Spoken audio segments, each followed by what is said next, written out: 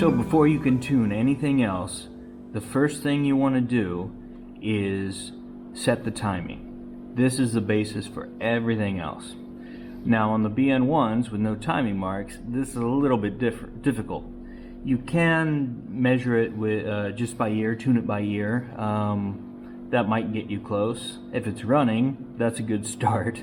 I have I'm in a fortunate position. I don't have the transmission on, so I can use the rings, the flywheel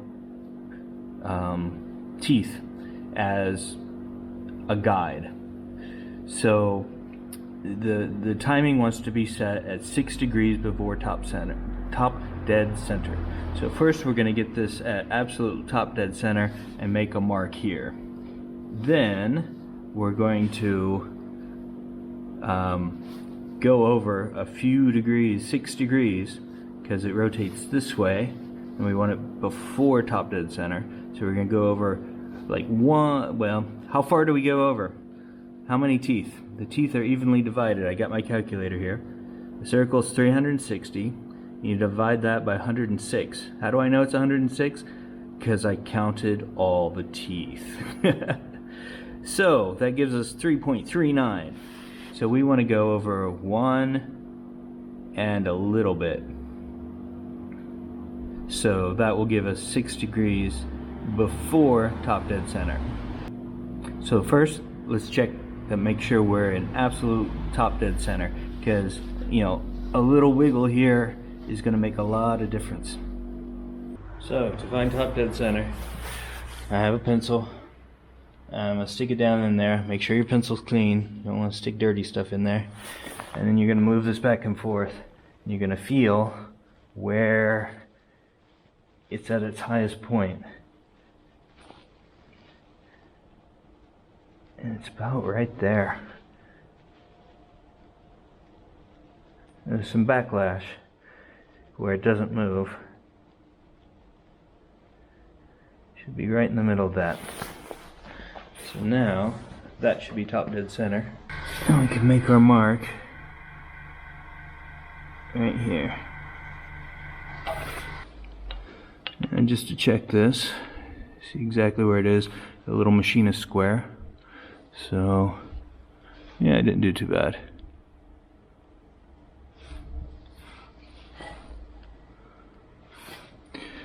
So the point we're aiming for is before top dead center. So it's going to be not this one, but like just before that one.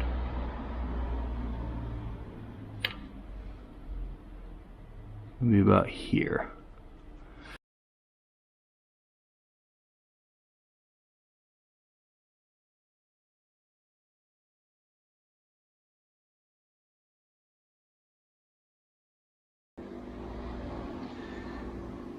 Another way to set the timing is to find top dead center using the method I showed earlier.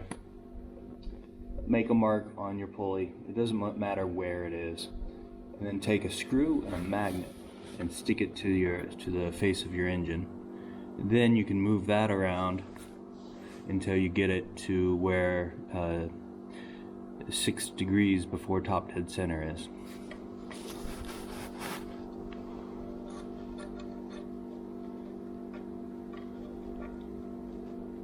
It's going to be like ½ an inch or so.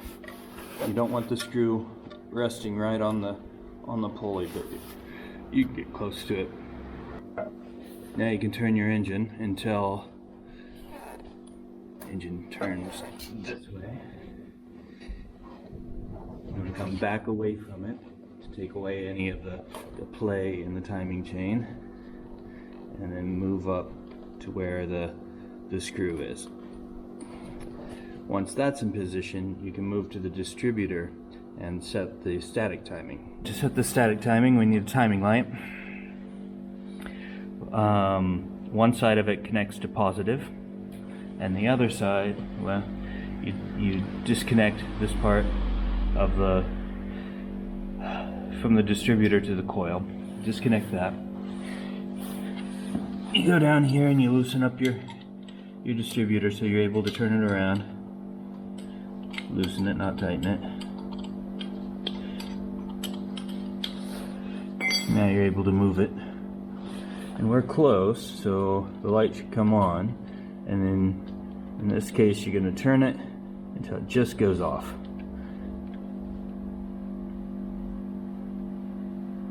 Right there. And tighten it up.